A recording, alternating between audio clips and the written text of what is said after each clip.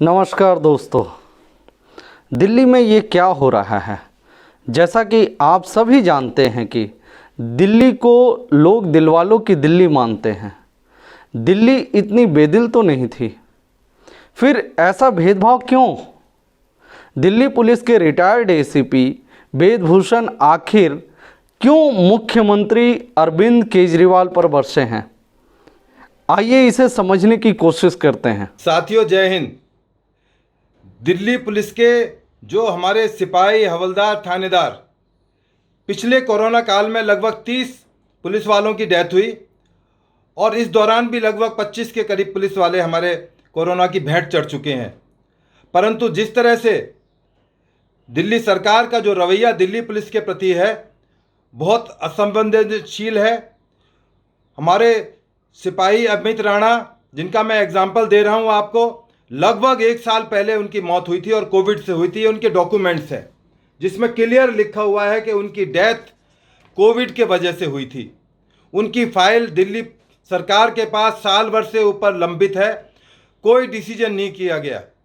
इसी तरह जो और अधिकारी हैं, हमारे साथी हैं, जिनकी डेथ कोविड रिलेटेड है, जो 1 करोड़ रुपया कंपनसेशन उनको दिया जाना था, आज तक कोई पैसा दिल्ली सरकार ने नहीं दिया। हमें कोई ऐतराज नहीं। डॉक्टर अशरफ जैसे संपन्न डॉक्टर के घर जाकर आप उनको 1 करोड़ रुपया देकर आते हैं, उनके हालचाल पूछते हैं। क्या ये दिल्ली के और साथी क्या जाति आधार के नाम पर ही अपना पैसा कंपनसेशन ले पाएंगे आपसे? क्या आपके स्टैंडिंग कोर्ट ऑर्डर कहते हैं, आपने देखा है? पैरिटी नाम की कोई चीज़ है आपके यहाँ, या केवल वोटों के लिए आप राजनीति करते रहेंगे? थोड़ा शर्म करो, थोड़ा बहुत देखो। इतना ना गिराओ अपने आप को कि आने वाली पीढ़ियां आपको कोसें। हो सकता है आपकी औलादें आपको कोसें। आपका चरित्र और आपके कार्य करने की प्रणाली सबके सामने आ चुकी है, हर एक आदमी जानता है। परंतु जिस तरह से आपने लोगों को भ्रम में डाला है, बहुत लंबे टाइम तक नहीं चल पाएगा। काठ की हांडी बार बार नहीं चढ़ती। जिस दिन काठ की हांडी उतर गई, आप दोबारा नहीं आ पाओगे। जो आपके पोस्टर और टेलीविजन पर आ रहे हैं, शायद आप कभी जिंदगी में दिखाई भी ना दो दिल्ली के अंदर। आपको याद होगा, आसाम के अंदर गण संग्राम परिषद बनी थी और बिल्कुल यंग आदमी सीएम बने थे। आज उस पार्टी का नामो निशान नहीं है। वो भी कहते थे पूरे हिंदुस्तान पर राज करेंगे। बहुजन समाजवादी पार्टी, जिसकी मुखिया बहन मायावती, वो कहती थी मैं एक दिन प्रधानमंत्री की कुर्सी पर बैठूंगी। उनका सपना साकार नहीं हो पाया।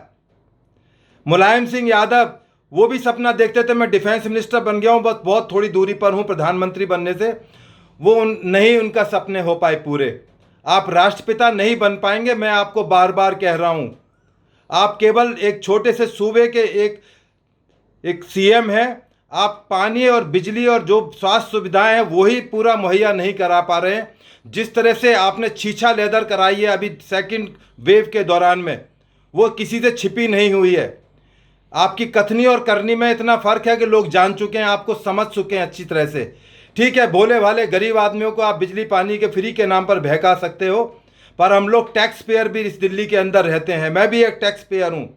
जो आप ये खैरात नहीं बांट रहे कि 1-1 करोड़ रुपए बांट रहे हैं, ये हमारे पैसे में से दे रहे हैं। आपके बाप दादाओं की कमाई से आप नहीं पैसों को बांट रहे हैं। एक दिन आपको हिसाब किताब देना पड़ेगा इन तमाम चीज़ों का। अभी हम जल्दी ही हाई कोर्ट के अंदर एक पिटीशन फाइल कर रहे हैं। हमारे एसीपी आनंद प्रकाश, जो दिल्ली पुलिस से रिटायर्ड एसीपी हैं, वो इस पिटीशन को लड़ेंगे और आपको जवाब देना पड़ेगा अदालतों के अंदर कि पिक एंड चूज क्यों हो रही है, किस आधार पर हो रही है, आपने क्या एजेंडे से आप काम कर रहे हो। आपको बताना पड़ेगा अदालतों को, और नहीं बताओगे तो दिल्ली की जनता एक दिन आपसे पूछेगी। दिल्ली पुलिस का एक एक जवान, जो आपके साथ जो पीएसओ रहते हैं, वो आपसे पूछेंगे सर हमारे लिए आप क्या कर रहे हो, हम आपके लिए सुरक्षा देते हैं। याद रखना, जिस दिन ये सुरक्षा देने वाले आपके साथ नहीं होंगे, आपको घर में किस तरह से रह पाओगे आपको नहीं पता। आप सपने में नहीं सोच सकते। जो आपके कुकर्म सबके सामने आ रहे हैं, वो हम सब आपका काला चिट्ठा एक दिन खोलेंगे। याद रखिए, जरूर खुलेगा आपका काला चिट्ठा। अभी 31 मई को पूजा राणा, जो उनकी पत्नी है, हमारे कार्यालय में आएंगी, अपनी बात रखेंगी कि उनको किस तरह से दुख तकलीफों का सामना करना पड़ रहा है। उनके 2 छोटे छोटे बच्चे हैं, वो बेरोजगार महिला हैं, गांव में सोनीपत में रहती हैं। उनका एक छोटा बच्चा मात्र 5 साल का है। आपने पूछा उनके घर जाकर कि आप कैसे रह रहे हो, आपको कोई आर्थिक मदद या किसी तरह की मदद की जरूरत है? आप किस आधार पर कर रहे हैं? डॉक्टर की मदद करना बहुत अच्छी बात है, वो लोग हमारी जान बचाते हैं। के अग्रवाल जी मर गए, क्या आपने उनके लिए 2 शब्द कहे? क्या आप उनके घर पर गए? आपने 1 करोड़ रुपया दिया उनको? कोई मदद की उनकी? ऐसे ऐसे 100 डॉक्टर मर गए। परंतु जो आपने एजेंडा चला रहा है ये बहुत दिन तक चलने वाला नहीं है, और लोग एक दिन आपके मुंह पर थूकेंगे। आपको जवाब देना होगा, अदालतों में जवाब देना होगा, समाज के अंदर और अपने परिवार के अंदर भी जवाब देना पड़ेगा कि ऐसा आप क्यों करते रहे, किसके लिए करते रहे। थोड़ा समय है अब भी सोचने समझने का। मैं गारंटी दे रहा हूं, आप बहुत छोटे सूबे के केवल सीएम हो, आप कभी सोचो कि आप पूरे हिंदुस्तान के कोई बहुत राष्ट्रपति या प्राइम मिनिस्टर लोगों के नहीं, आपका सपना नहीं होगा। क्योंकि आपने जो वायदे किए थे कि मैं मेट्रो में सफ़र करूंगा, मैं जनता से हर आदेश लूंगा, मैं सरकारी बंगले में नहीं रहूंगा, वो हम आपके वायदे भूले नहीं है। कि मैं राजनीति में नहीं आऊंगा, बच्चों पर हाथ रखकर आपने कसम खाई थी, वो आपकी कसमें हम देख चुके हैं।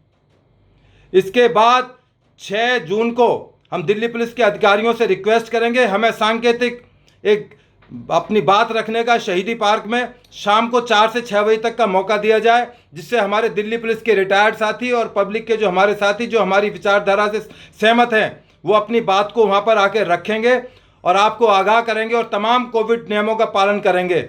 हम वो किसान आंदोलन वाले नहीं हैं जो सरकार की बात को नहीं मानते। जिस तरह से आप उनको सपोर्ट कर रहे हो आज तक, उनको बिजली पानी मुहैया कराए, आपको शर्म आनी चाहिए आपको। और इसका हिसाब किताब जल्दी ही होगा, आप इंतजार कीजिए। 31 तारीख को उनकी पत्नी आपसे सवाल पूछेंगी और 6 तारीख को हम आपसे सवाल पूछेंगे 6 जून को कि आप क्या कर रहे हैं, उन फाइलों पर क्यों लिए बैठे हैं। पुलिस मुख्यालय से फाइल आपके पास रखी हुई है, साल से ऊपर हो गया, आप उस पर निर्णय नहीं कर पा रहे हैं।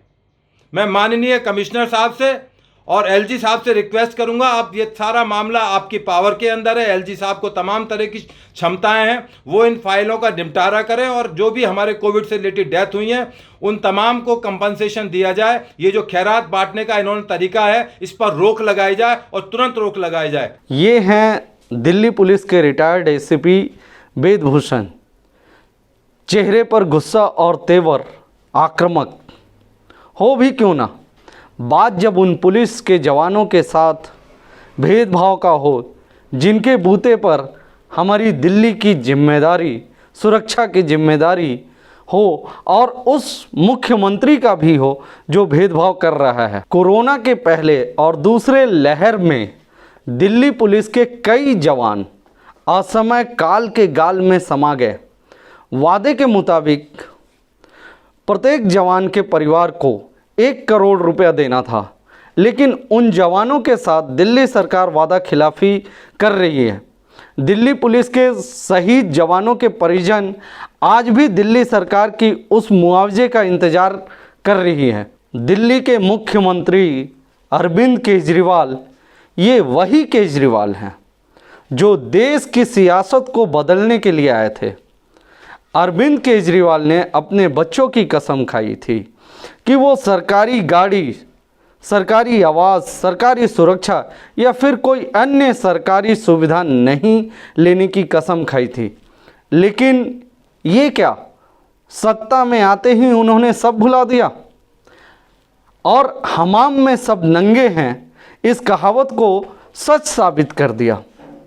इन्होंने तो पहले के सियासी महारथियों को भी मात दे दिया। कोरोना के ताज़ा लहर में भी दिल्ली में करीब 100 डॉक्टर्स और कई पुलिस के जवान की मौत हुई।